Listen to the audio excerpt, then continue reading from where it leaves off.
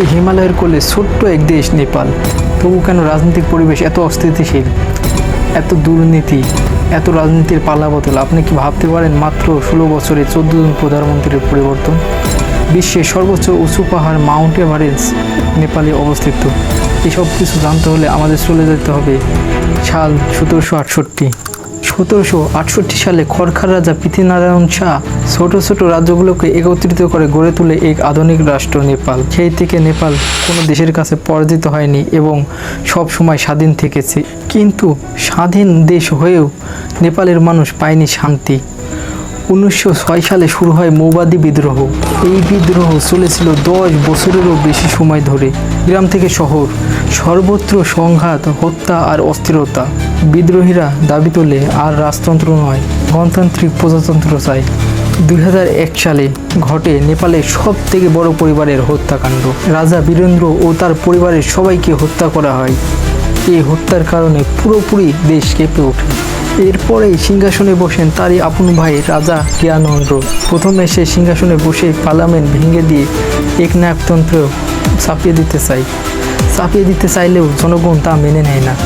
লাখো মানুষ রাস্তায় নামে আর রাজা জ্ঞানেন্দ্রকে ক্ষমতা ছাড়তে বাধ্য করা হয়।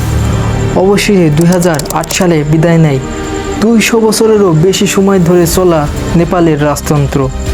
দেশ পরিণত হয় federal Democratic Republic of Nepal. কিন্তু রাজতন্ত্রের পতন হলেই নেপালে শান্তি আসেনি। ভাবুন তো, মাত্র 16 বছরে 14 জন প্রধানমন্ত্রীর পরিবর্তন, প্রতি কয়েক মাসে নতুন সরকার, নতুন প্রতিশ্রুতি দেয়, কিন্তু নেপালের মানুষের জীবন থেমে রয়েছে ওই একই জায়গায়।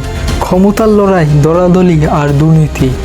দেশে চাকরি না থাকায় প্রায় 40 লাখেরও বেশি মানুষ দেশের বাইরে কাজের খোঁজে বিদেশে গেছে। দেশের পর্যটন কেন্দ্র, অর্থনীতির মূল ভরসা। কিন্তু রাজনৈতিক অস্থিরতা এই খাতকেও ঝুঁকির মুখে ফেলেছে। কোনো দেশের মানুষ যদি বিশ্বাস হারায় রাজনীতির প্রতি থেকে, তাহলে ভাবুন তো সেই দেশের ভবিষ্যৎ কোন পথে যাবে। তবুও নেপালের মানুষ হাল ছাড়েনি।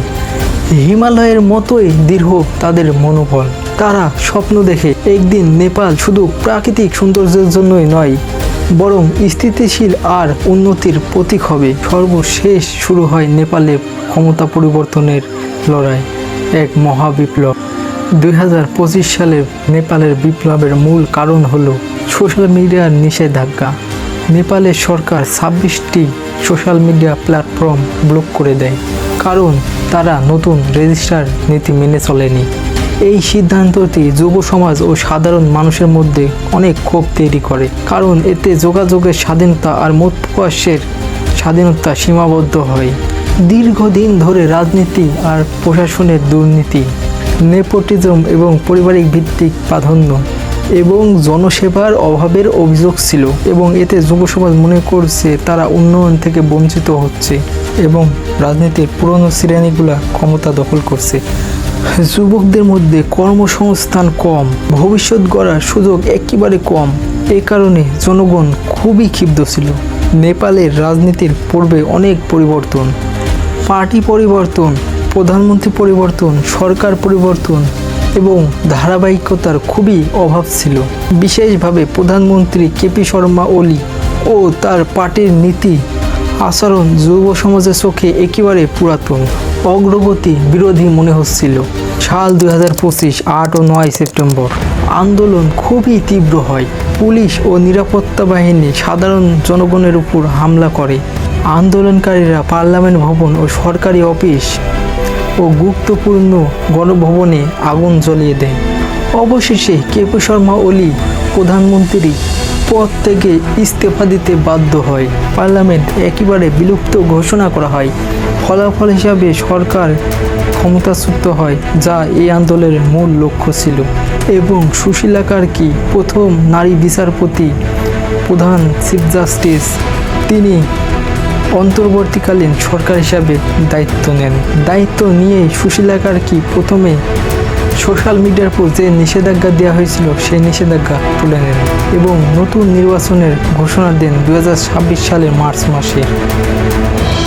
এবং নেপালিরা আশার আলো দেখছে নতুন একটি নির্বাচন নিয়ে, যে নির্বাচনে পরিবর্তন করবে নেপালের ভাগ্য।